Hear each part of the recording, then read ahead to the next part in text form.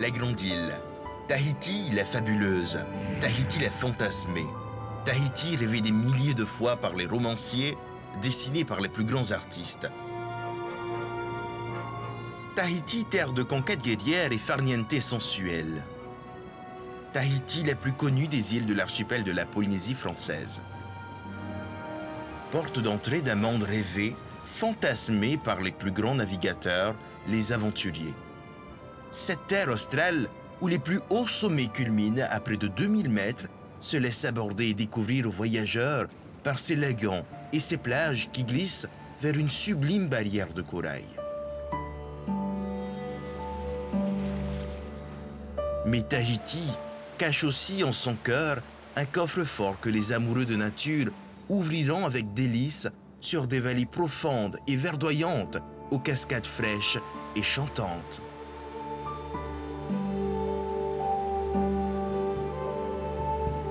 Un paradis intérieur méconnu, une richesse à nul autre pareille.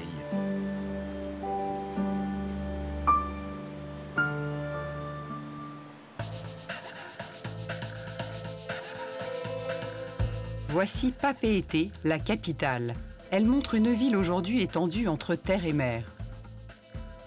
La ville fut fondée en 1818 par le missionnaire anglais William Pascoe Crook. La grande reine Pomaré IV y établira sa cour en 1827 et elle devient officiellement capitale de Tahiti et plus généralement du royaume lors de l'instauration du protectorat français en 1842.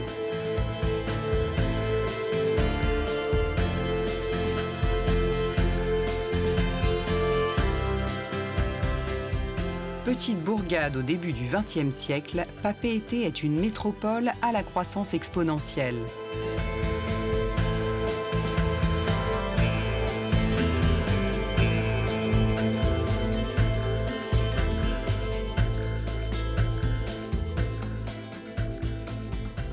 Au centre, la cathédrale Notre-Dame consacrée à l'Immaculée Conception.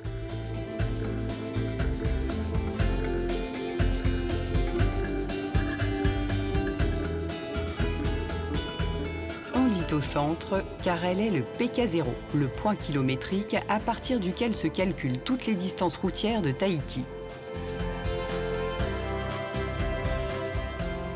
Tout près de la cathédrale, on trouve le marché couvert, marché très apprécié des touristes et habitants de Papeete.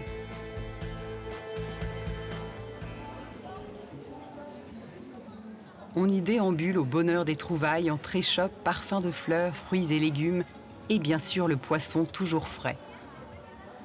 Autant de plaisir à découvrir et partager.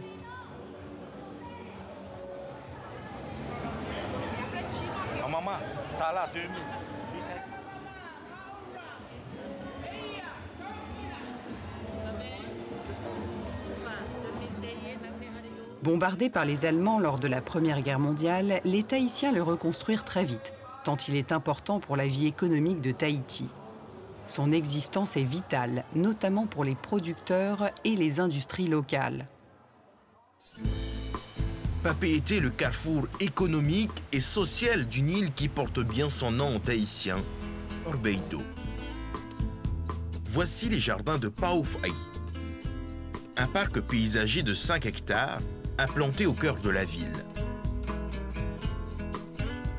Ce magnifique écrin de verdure, avec ses pelouses, ses allées, ses bassins d'eau et ses pergolas couvertes en bord de mer, invite à la contemplation, au repos.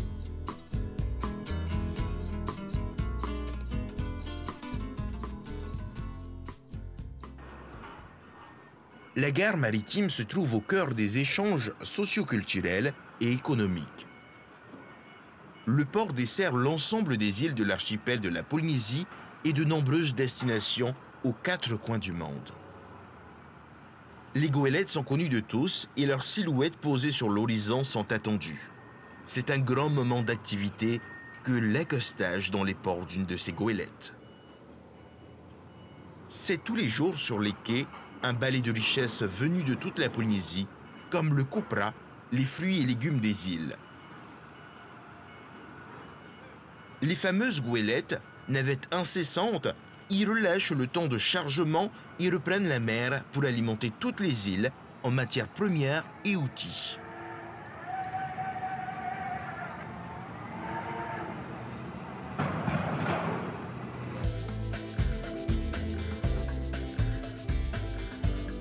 Survolons la Marina Taina et ses luxueux yachts qui se bercent paisiblement sous une faible houle.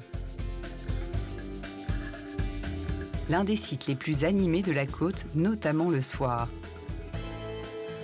On s'y retrouve pour prendre un verre, dîner, écouter de la musique, être ensemble, une des caractéristiques essentielles à la vie communautaire tahitienne qui se veut toujours festive et amicale.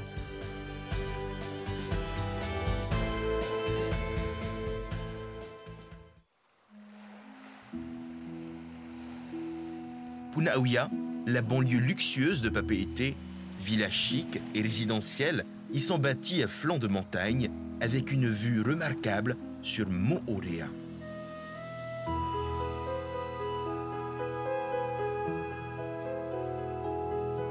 Lorsque votre balade vous amène à la pointe des pêcheurs, vous apercevrez les surfeurs qui viennent chercher la vague, celle qui les fera vibrer, celle qui hante leurs rêves les plus fous.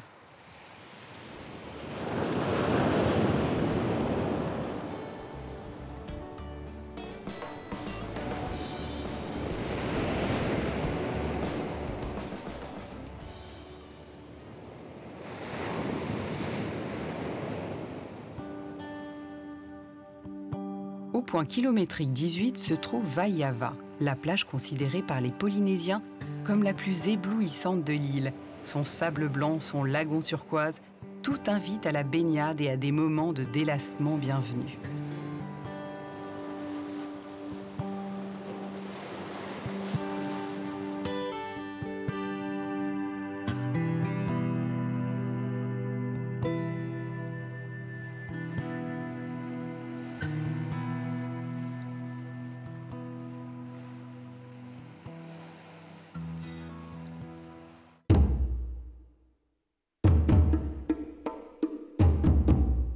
À Paea, nous plongeons dans l'histoire. On trouve là un marais, ce lieu de culte des peuples polynésiens qui vénéraient des divinités comme la terre, le ciel, la mer. Trois éléments fondamentaux de notre vie. Sur ce marais se jouent des spectacles de danse, une tradition polynésienne très vivante et que les touristes apprécient.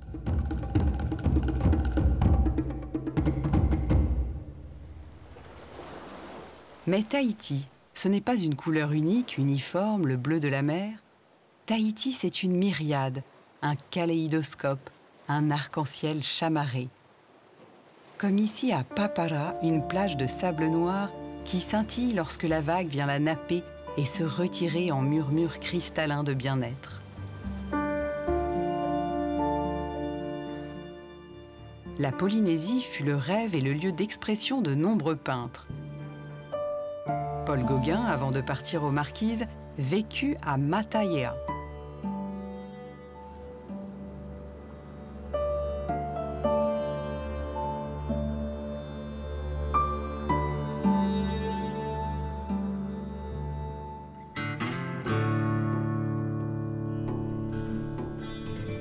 Un musée rend hommage au grand peintre. Ce musée aux trésors oubliés trône dans le magnifique jardin botanique Harrison Smith. Un plaisir des sens et des yeux. Un havre de paix couronné de plantes et d'essences rapportées du monde entier.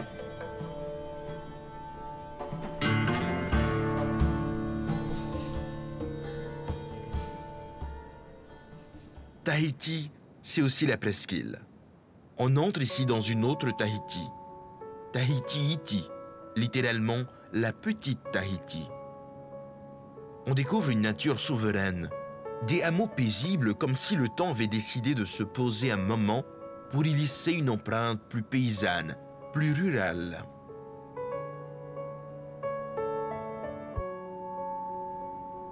Outre de magnifiques villages de pêcheurs qui s'ouvrent sur le grand large, on y perçoit, vu d'en haut, les plaines agricoles de Tarawa où le voyageur pourrait se croire en Normandie.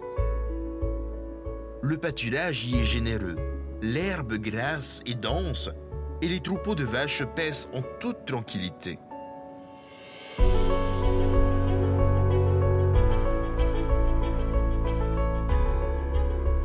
La presqu'île est le grenier de la Polynésie.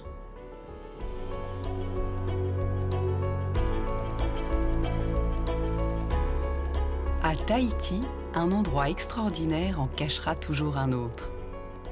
On s'extasie devant une cascade, une plage de sable blanc, et soudain on découvre un autre décor, un autre paradis. L'enfer, disent certains. Par exemple, le mythique spot de Te Aupo. C'est là qu'apparaît chaque jour le monstre marin. Le monstre marin idéalisé par le surfeur, le rêve éveillé. Celui qui, devenu réalité, fera du surfeur qui lui tiendra tête un surfeur émérite et pour toujours un autre homme. La vague des vagues.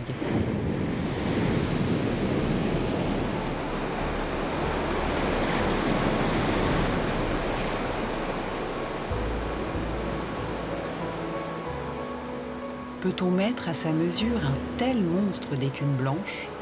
Seuls quelques surfeurs aguerris et un peu fous peuvent braver et vouloir dompter ces rouleaux qui viennent se fracasser contre les rochers dans un bruit d'enfer.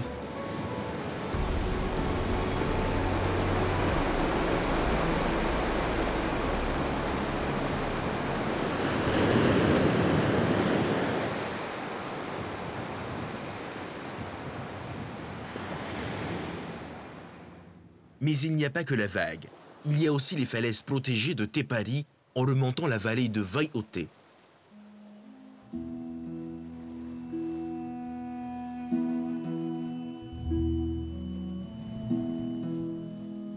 Les Polynésiens appellent cet endroit Whenua Aichere, la terre sauvage comme un paradis mythique, témoin d'un passé révolu et d'une vie sur les îles qui a changé.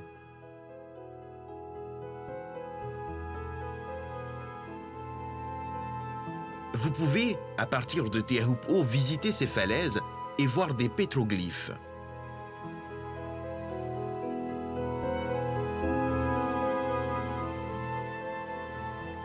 Ce site est classé car son intérêt culturel, archéologique, historique et légendaire.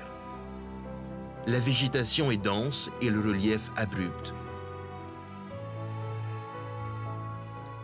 Passer une nuit dans ces montagnes peut être une expérience fantastique. Vous y entendrez la vie nocturne foisonnante de la région et aucun animal ne viendra vous y dévorer.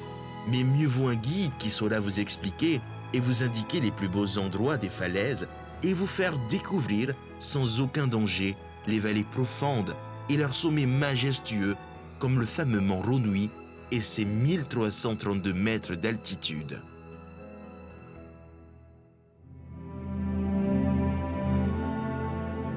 À présent, voici le petit village de Tautira au bord de la route. Ici, nous sommes ailleurs, au bout d'un monde, au bord d'un ailleurs, d'une promesse magnifique. La route se termine pour laisser la place à une nature sauvage et inhabitée. Le navigateur espagnol Goyenechea en 1772, l'explorateur Cook en 1774 et aussi l'écrivain Robert Louis Stevenson, célèbre auteur de l'île au trésor, y ont séjourné.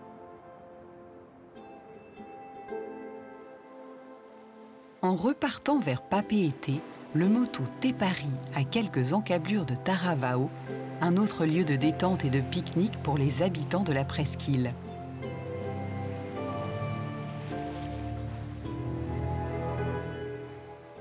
Survolons le petit village de Hitia'a. C'est là, dit-on, qu'est né le mythe du paradis terrestre, lorsque l'explorateur français Louis-Antoine de Bougainville rédigea sa description enthousiaste de Tahiti en avril 1768.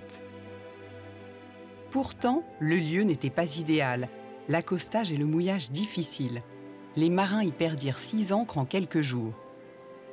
Une stèle en l'honneur de Louis-Antoine de Bougainville est apposée et la passe en face du village porte le nom de la Boudeuse, le bateau du grand navigateur.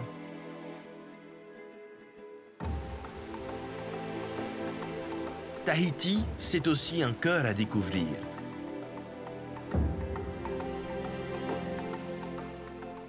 un cœur qui bat loin du lagon et des plages. Un paradis vert que nous parcourons ensemble. Ce paradis vert se mérite.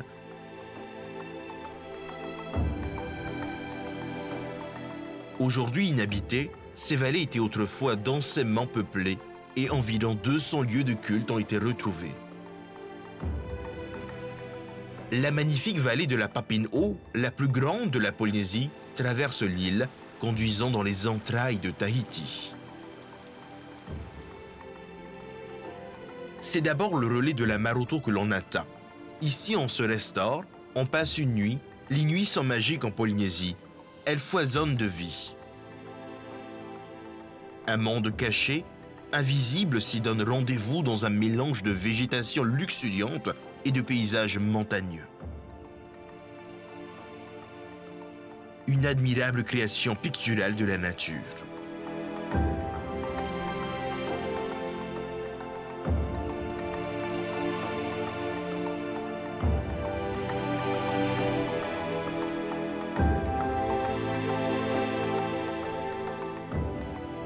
Le lac de Vaihilya, à 473 mètres d'altitude, et ses nombreuses légendes. Le seul lac naturel de la Polynésie a accueilli les révoltés du Bounty et on trouve dans ses eaux de rares et mystérieuses anguilles à oreilles.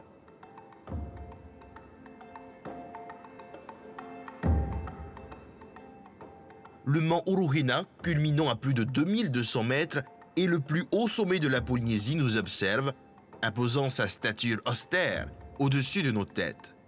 Il nécessite 6 heures d'ascension. Mais le spectacle en vaut la peine.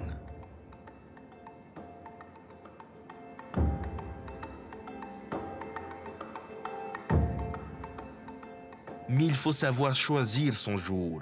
Monsieur aime à rester caché dans les nuages.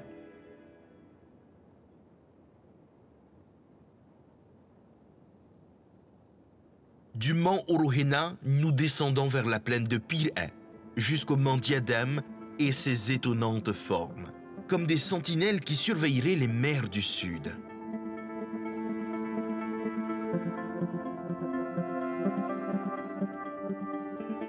En redescendant vers l'océan autour du Motu Martin, c'est le paradis du kitesurf. Le vent est souvent favorable et il permet aux sportifs de graver de fines arabesques sur la mer et dans le ciel.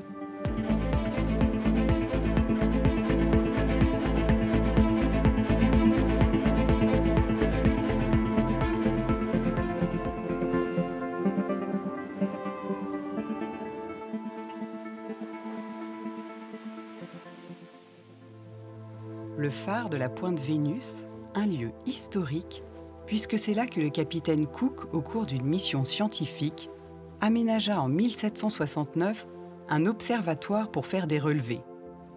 Le capitaine Cook devait observer le passage de Vénus devant le Soleil pour lui permettre de calculer la distance du Soleil par rapport à la Terre. C'est aussi là qu'ont débarqué, à la toute fin du XVIIIe siècle, les missionnaires anglais qui allaient évangéliser l'île. La baie de Matavai, une baie qui a accueilli pendant de nombreuses années les navires européens de passage avant que le port de Papeete ne s'ouvre. Aujourd'hui, ce spot est très apprécié. Aroué, face à la mer, le tombeau du roi Pomaré V, le dernier souverain, y fut inhumé en 1891. La dynastie des Pomaré a marqué les Polynésiens, puisque sa mère Pomaré IV, qui a régné un demi-siècle, a réussi à constituer un royaume unifié et mythique.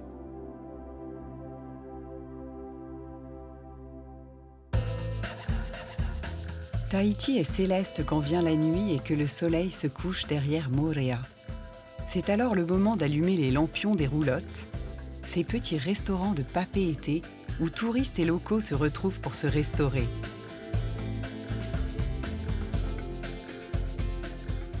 Véritable institution de la ville, cette dizaine de camionnettes regorge de richesses culinaires.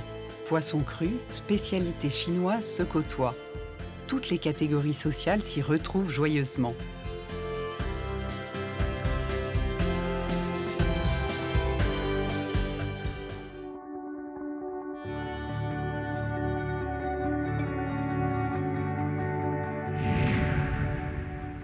Un chenal de 20 km sépare les deux îles de l'archipel, Moorea de Tahiti.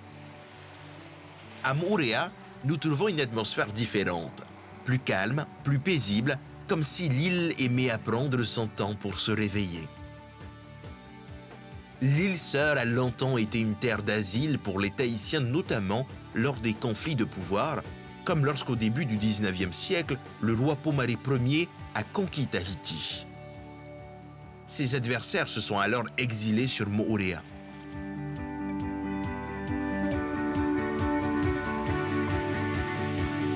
Aujourd'hui, les migrations sont plus pacifiques. Nombre d'habitants de Moorea vont chaque jour travailler à Papeete. Ils empruntent les ferries qui font la navette entre Papeete et le quai de Waiare. Nous survolons la plage de Tema, un havre de paix et de tranquillité face à la trépidante Papeete que l'on devine au loin. Le terrain de golf est une performance technique du génie civil. Il a été construit sur la mer, un travail titanesque.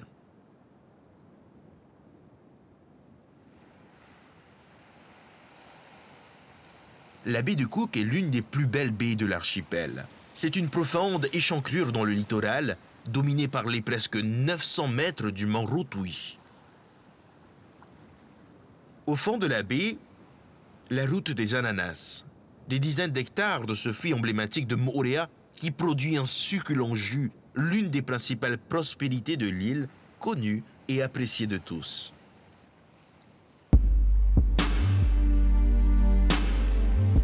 La Polynésie française est réputée pour ses plages de rêve, ses lagons bleus. Mais aujourd'hui, une autre forme de tourisme se développe, la randonnée. Recherche d'aventures plus calmes, plus en phase avec une volonté écologique de vivre ses vacances et son dépaysement hors des sentiers battus.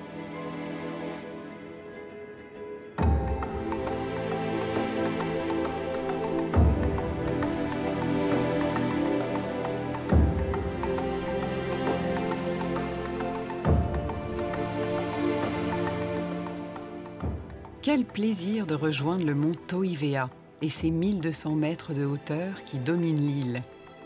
Comme un phare qui avertirait le marin de son arrivée à bon port, un régal pour les yeux, une sensation unique. La baie d'Opuno'u est spectaculaire, sauvage et peu urbanisée. Moorea était avant l'arrivée des Européens une île très peuplée. On date les premières fouilles de 1925 et près de 500 structures ont été inventoriées. Les ethnologues, les archéologues estiment que la vallée a été occupée de manière continue pendant au moins 6 siècles. Les plus anciennes structures datent du XIIIe siècle et cette communauté d'agriculteurs a atteint son apogée au XVIIe et XVIIIe siècle.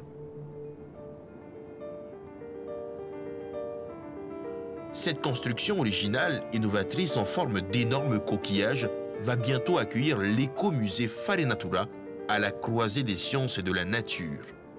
Plus bas, Papeto'ai et sa surprenante église.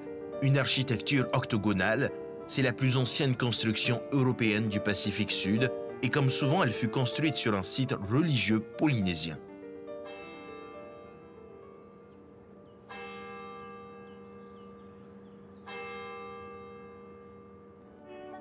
Une autre des fabuleuses richesses de Moorea, ce sont ses eaux cristallines et riches en faune marine. À peu de distance au large de la pointe Auru, on trouve les motus Tiaura et Whareone. Les requins et les rennes font bon ménage et sont faciles à observer.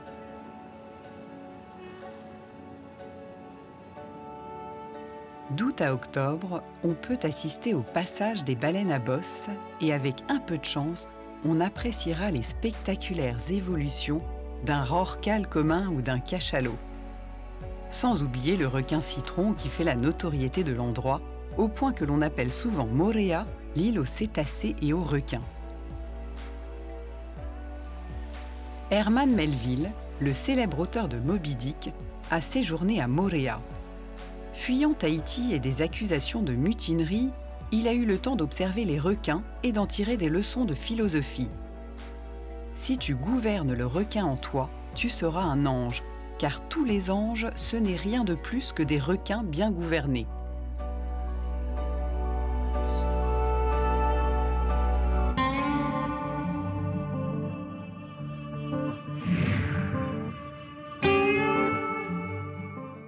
Partout dans la Polynésie française, un ensemble d'archipels couvrant une surface grande comme l'Europe ont privilégié la douceur de vivre tout en respectant l'écrin naturel dans lequel on vit. Cette philosophie nous permet aujourd'hui de découvrir et de profiter des lieux sublimes, exceptionnels, remarquablement préservés.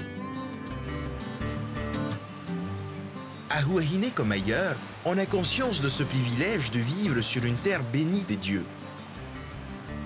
Et quoi de mieux que d'être deux pour donner à partager aux humains ce paradis terrestre? Huahine n'a rien à envier à ses voisines. Son lagon est féerique et son relief recouvert d'un manteau végétal d'un beau vert lumineux. Le pourtour de l'île est creusé de baies charmantes que l'on peut découvrir en empruntant une route côtière.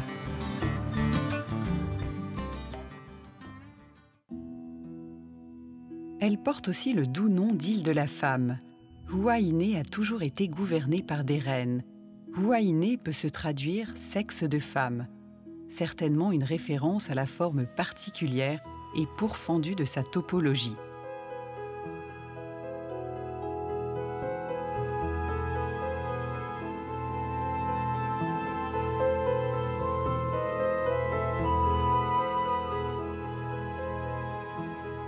Huahine, c'est deux sœurs jumelles, Huahine Nui et Huahine Iti, séparées par un bras de mer mais reliées par un petit pont.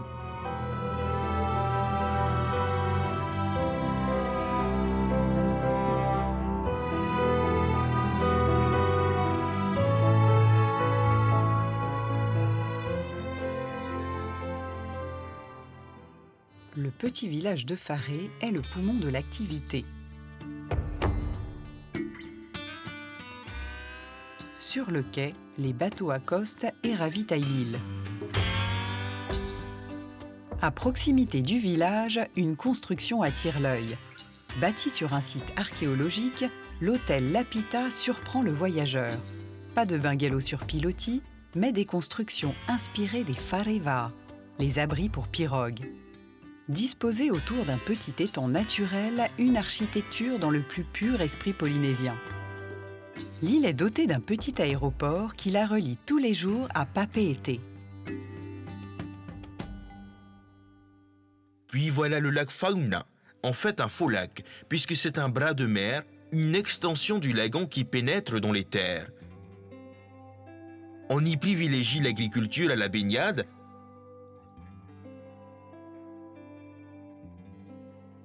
Au bout du lac, des parcs à poissons ont été installés, des structures traditionnelles qui existent depuis plusieurs siècles.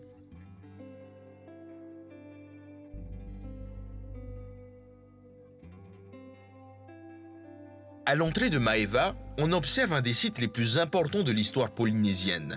Une dizaine de marins coutumiers témoignent de l'importance du site. Au XVe siècle, un puissant pouvoir royal s'exerçait sur l'île. On célébrait Tahane, dieu de la guerre et de la pêche.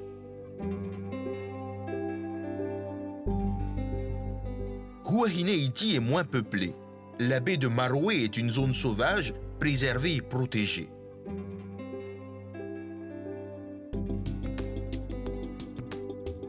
Dans cette baie, le Motutopati, près de La Passe, a accueilli il y a quelques années un hôte de marque, le président américain Barack Obama, venu chercher un peu de tranquillité loin du fracas du monde pour écrire ses mémoires. Les grands de ce monde sont aussi séduits par les îles polynésiennes.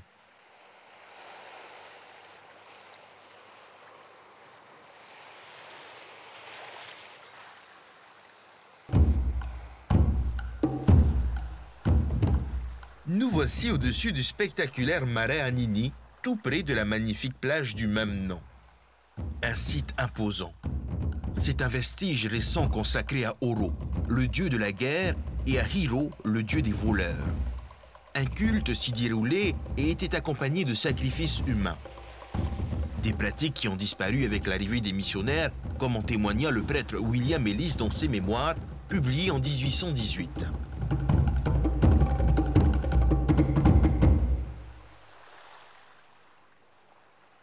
À la sortie du village de Parea, un hôtel invite au plaisir et aux farnientes. On pratique des loisirs nautiques. On peut tout simplement contempler et rêver de dérives suaves dans cette maison originale qui glisse au gré des courants.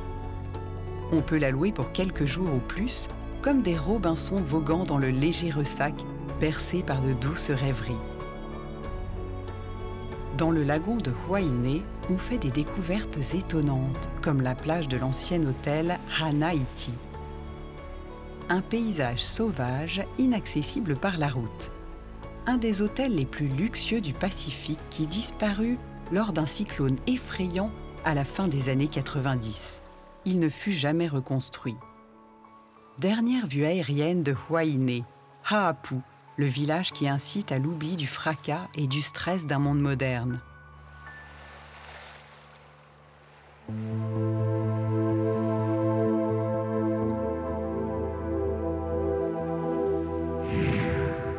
L'approche de Raiatea est impressionnante, vertigineuse.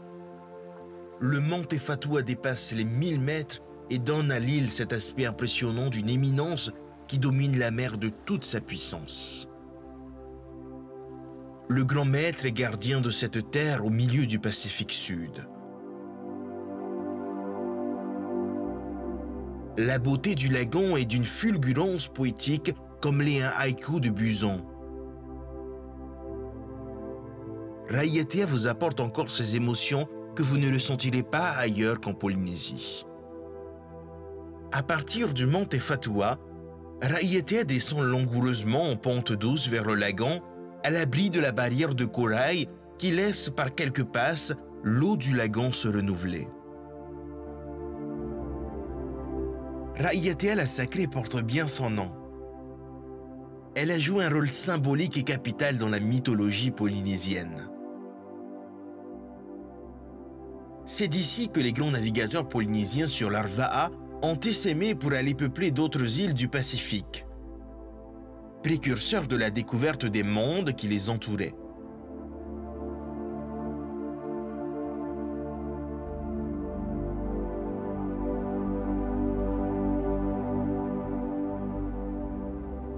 Si Raiatea la Sacrée propose peu de plages, elle vous offre des motos accessibles en bateau.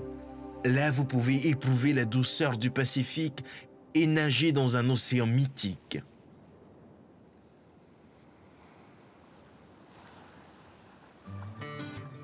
Beaucoup des îles de la Polynésie ont eu une histoire volcanique intense. Et c'est pour cela qu'aujourd'hui, des milliers d'années plus tard, ces volcans apaisés sont dominés par des monts. Le mont Tapioi et ses 294 mètres est le gardien d'Uturoa, le deuxième pôle urbain et économique de la Polynésie après Papeete. Les quais sont animés par le déchargement des bateaux de marchandises, les navires qui relient Raiatea au reste de l'archipel. On voit aussi des bateaux de plaisance, battant des pavillons du monde entier, dont les mâts se balancent dans les baies ou au port.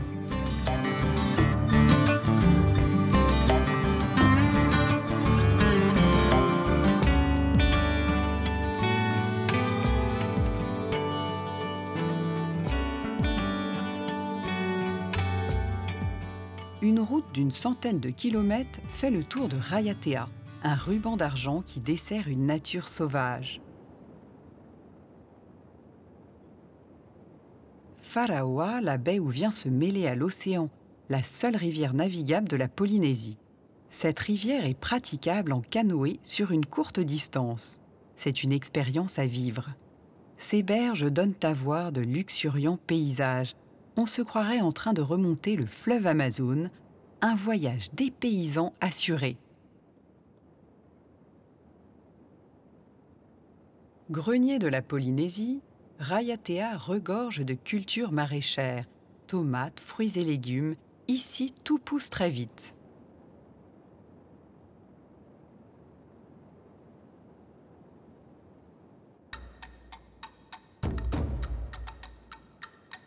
Raiatea est comme ses sœurs de la Polynésie, une île d'histoire.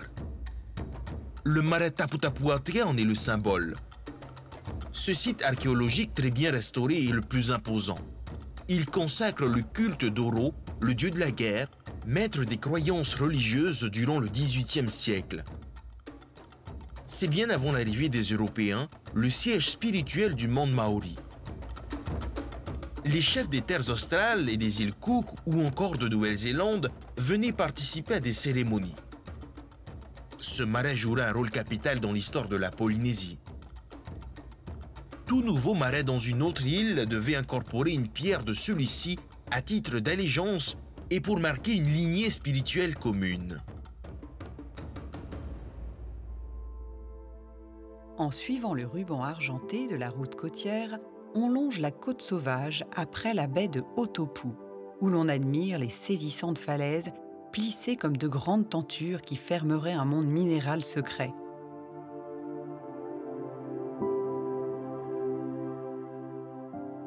Le plus ancien temple protestant se trouve à Te Waitoa, une architecture curieuse bâtie sur un terrain en bord du lagon.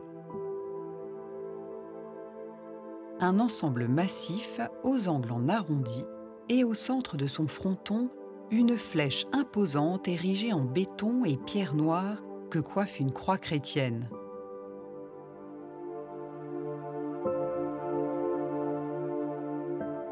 Derrière, des blocs en coraux forment le Mare Tainu sur plus de 50 mètres avec des pierres dressées.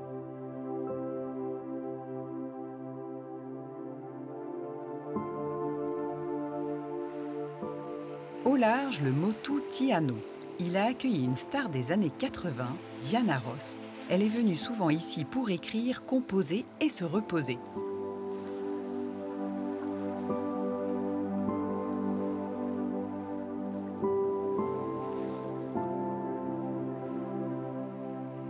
C'est un refuge naturel, simple, agréable et d'une beauté divine.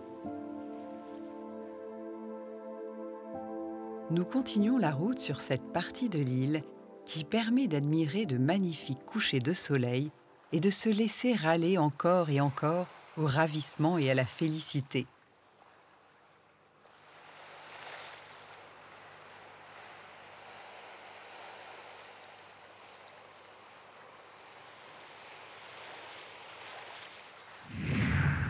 De Raiatea, nous survolons un de ces petits paradis que réservent les îles sous le vent, le Motu Ofetaro. Des abris pour pique-niquer sous les cocotiers, sa petite plage et ses jardins de corail, où les mots farniente, douceur, sensualité des fragrances marines prennent tout leur sens.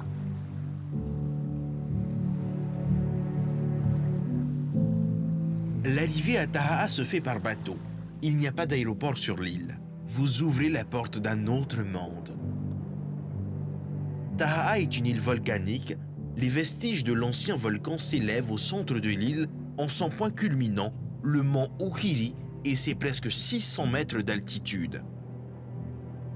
Un Everest au milieu de l'océan Pacifique. Taha'a partage avec Raiatea un lagon qui est le plus grand des îles sous le vent. Taha'a est un bijou gardé dans un écrin qui a traversé le temps.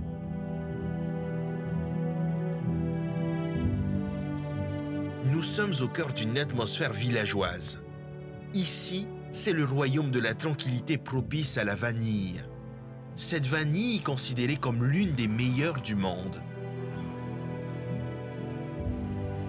Taha'a, c'est également des fermes perlières. La perle est l'une des richesses des îles connues pour son exceptionnelle qualité et beauté visuelle.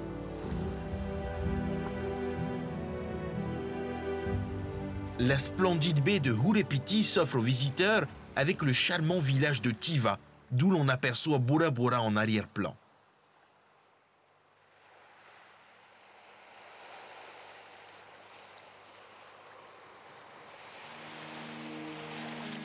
De l'autre côté de la baie de Hurepiti, une plage de sable blanc appelée la plage Jodassin. En effet, à la fin des années 70, le chanteur y a acheté une belle propriété. La plage a gardé son nom et elle est accessible uniquement par bateau ou à pied.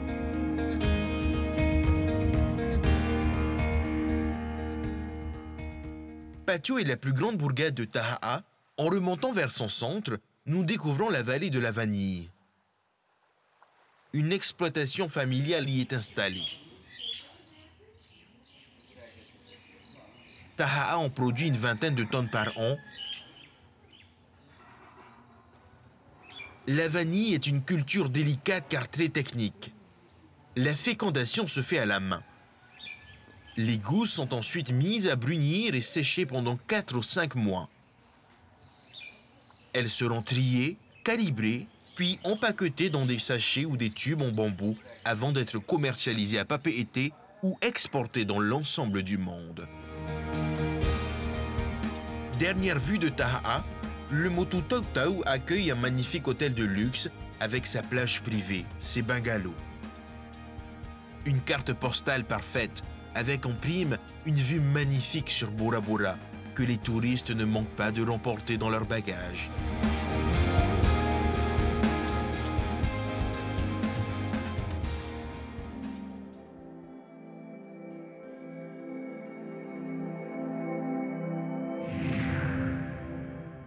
Bora Bora, l'île fantasmée, plage de sable blanc camailleux d'eau allant du bleu profond au turquoise le plus pur. Un chapelet d'îlots qui ajoute à la beauté parfaite.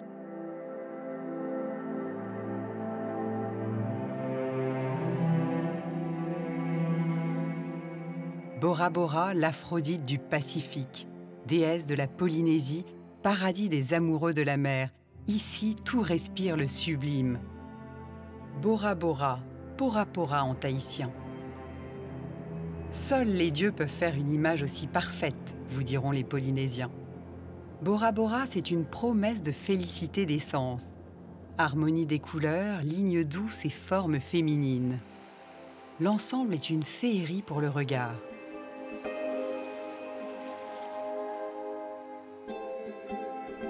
On voyage comme dans un conte.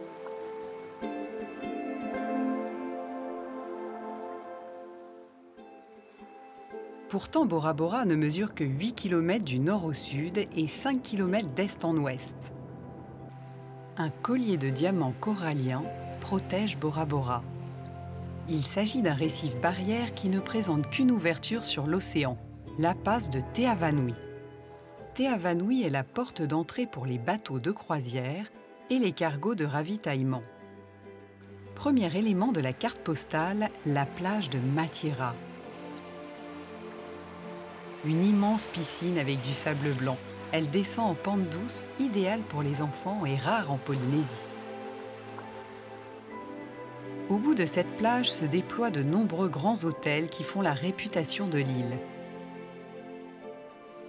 Une destination chic reconnaissable à ses bungalows de luxe, encore une image de carte postale qui fait le tour du monde.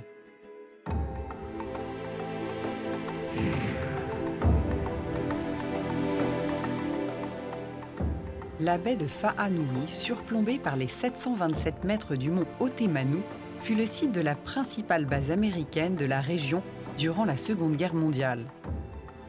Peu après Pearl Harbor, les Américains décident d'installer une base de ravitaillement. Près de 5000 soldats vivront sur cette base.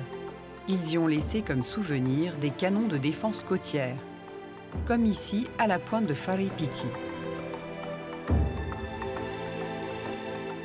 Ils ont aussi construit les pistes de l'aéroport qui servent encore aujourd'hui.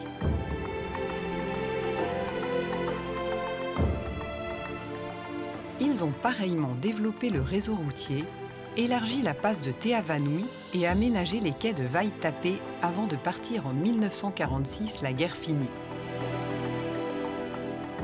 Vers le village de Fa'anui, on découvrira cette pittoresque église du village.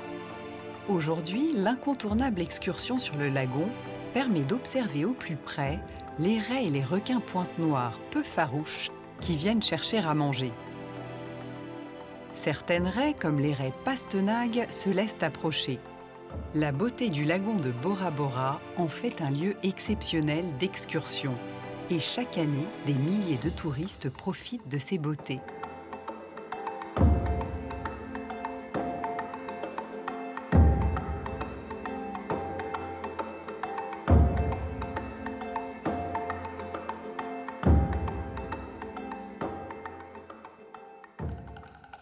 Au lieu d'Iha Amaire, un rocher volcanique représente, d'après la légende, une guerrière pétrifiée.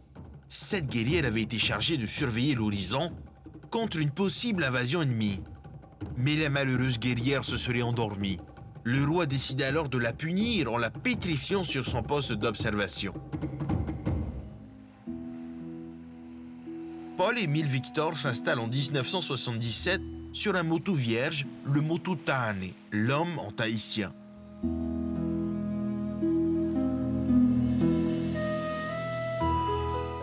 Habitué des explorations arctiques et antarctiques, il va trouver le calme et le temps d'écrire plusieurs livres. Il s'y éteindra en 1995. La tentation pour tout visiteur de Bora Bora est d'y rester. Paul-Émile Victor écrira à propos de Bora Bora: « À Paris, je perdais trop de temps, ici je ne fous rien. » Il dira aussi de Bora qu'elle est la plus belle île du monde par l'équilibre des volumes et des surfaces.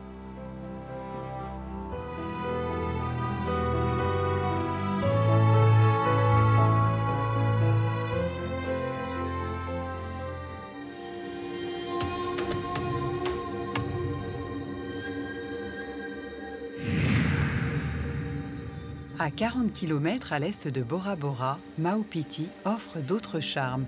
Pas de jet-ski, pas de tourisme de luxe, ni de grands hôtels. La population y est opposée.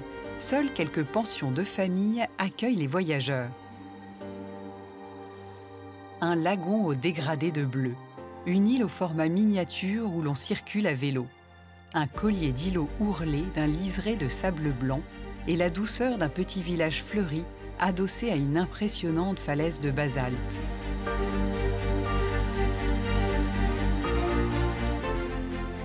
À Maupiti, il y a quelques cultures maraîchères, mais la principale ressource reste la pêche. Le lagon et la haute mer foisonnent de poissons. L'île n'est accessible qu'en avion. La passe d'Onoyao est le seul et unique accès au lagon, mais il peut être dangereux et les quelques bateaux de faible tonnage la franchissent avec une grande prudence.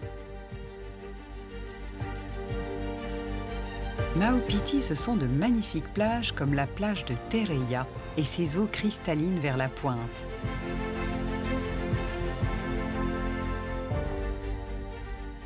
Le lagon est si peu profond que l'on peut rejoindre à pied le motu Auira.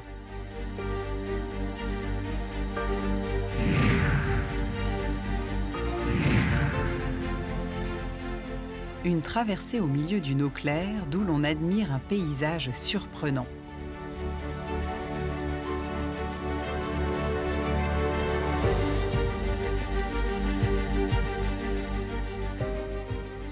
Vaiea est le seul village. Il accueille l'essentiel des 1000 habitants de l'île.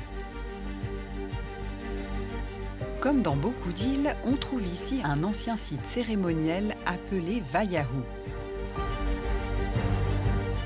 Il est recouvert d'un dallage de corail.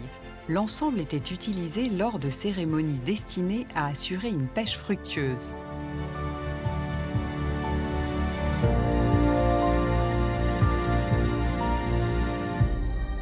Neuf rois du Pacifique y ont été couronnés. Ils témoignent de l'importance du site. Un peu plus loin, une construction plus contemporaine. Un célèbre chanteur polynésien, Akifilu, a édifié le palais de la mer. Une construction faite à partir de coquillages et de produits de l'océan. Le point culminant de Maupiti, c'est le mont Te Urafa'atiu et ses 380 mètres qui offrent une randonnée sportive dans laquelle il est préférable de ne pas avoir le vertige. 2 bonnes heures de marche sont à prévoir. La pente est très raide par endroits et sur la fin, la balade nécessite des cordes. Mais la vue magnifique du sommet méritera l'effort.